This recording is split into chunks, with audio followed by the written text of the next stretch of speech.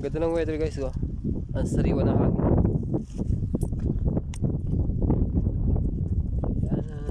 Kasama ko yung tatlong mga chikiting, mga halimaws ko. Si Mira, si Cholo, saka si Alexa. Mira, dushmas na. Ah, ilan ma. Dukulmasin. Pisliklare, dukulmasin. Nakakaintindi sila guys na. Nakakaintindi dito ng Turkish eh. Tagalog, di sila marunong sa English. Hindi sila nakakaintindi. Hindi sila marunong umintindi.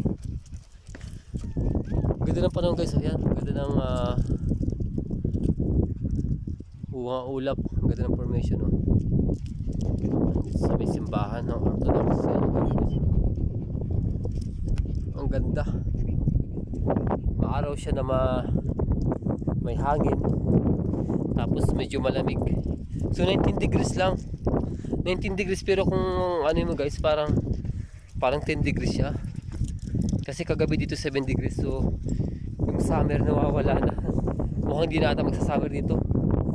Kasi nagtingin ako sa forecast sa mga following months. Nasa 35 degrees lang yung init. Tapos umuulan at paggabi mga 15 degrees. So malamig pa rin siya 15 degrees. Naragi dir sunos. Aferin. Tamam gez Alexa gez. Korktun. Bodoh tuh Jess, tamam. Ito kami upo guys. Ay, upo tayo po.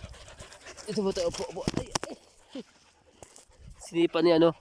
Bakit mo sinipa Alexa? Wag mo sipain kizim.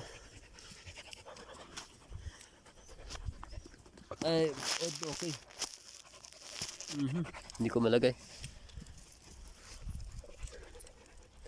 Naregit pa kistiyo sa Alexa. Kung malagay cellphone natin.